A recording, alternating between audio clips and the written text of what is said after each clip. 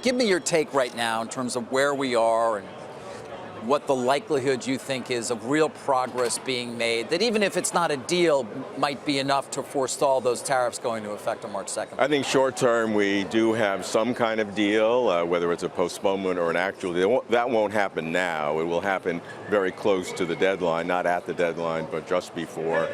President Xi, President Trump, they both need a deal for very different reasons. President Xi talks about the significant risk that China is facing politically, economically, financial risk, overcapacity, the need to reform state-owned enterprises and interest groups, whole series of things. Trump obviously needs a rising stock market like today, hopefully, and needs a win because of all of his other issues. So there's a great deal of pressure on both to get a deal done. I think a deal will be done, some kind of deal that each side can say is okay. I think midterm, though, defined in the next 3 to 10 years, U.S. and China, this deal, whatever it is not going to solve those problems. We see in terms of technology, geopolitical issues, things will probably get a lot worse before they get better. I hope long term that there is strategic cooperation between the U.S. and China. But fundamentally, but we're going to go through a long patch before that. Fundamentally, to your point, their 2025 plan may not be something they talk about as often or openly anymore, but they still do have a plan, certainly to become the world's largest economy, which is likely in the next 10 years, maybe less, and conceivably maybe ahead of us in 5G, maybe ahead of us in artificial intelligence. Isn't that a threat that ultimately means the two countries are going to be opposed? It depends on how you look at threat. In the old world, the 19th century, part of the 20th century, threats were when people wanted the same territory, and it was a zero-sum game. There is some of that in the world, but not much. When you're talking about technology, you have incremental bases. It's not a zero-sum game. Technology will bring up everyone. What's wrong with competition in technology?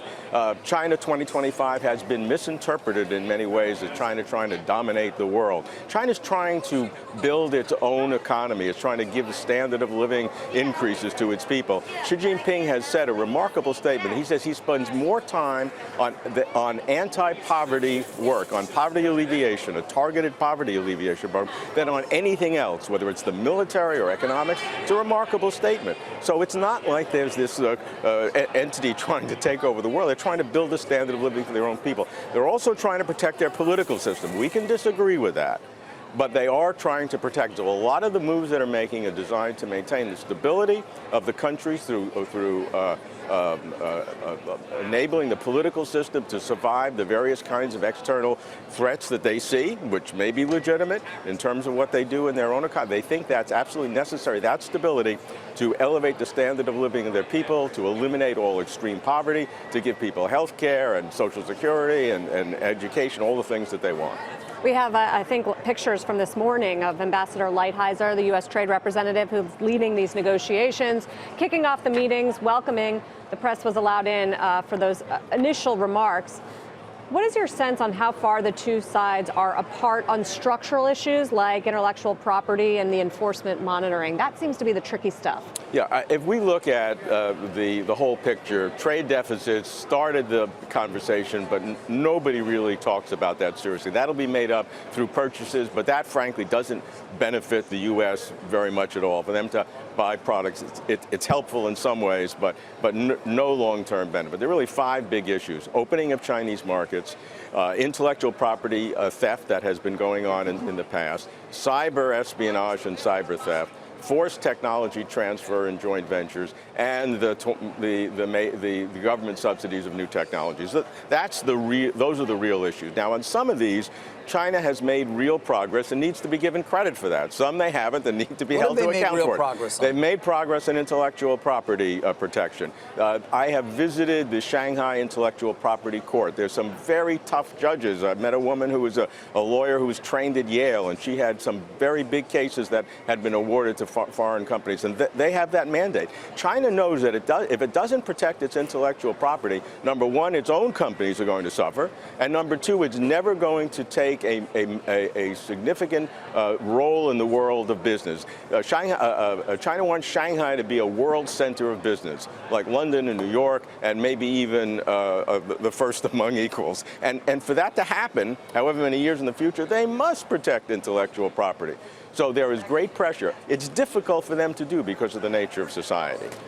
In terms of government support of technologies, there's great debate in China. I talk to Chinese economists who tell me privately, many of the things that the U.S. demands is actually better for China, intellectual property protection, not putting state subsidies for state-owned enterprises, because that hurts their actual competitiveness in the global market. Yeah, so the irony is that what the U.S. is forcing China to do in the short term will be good for the U.S., in the long term it's better for China.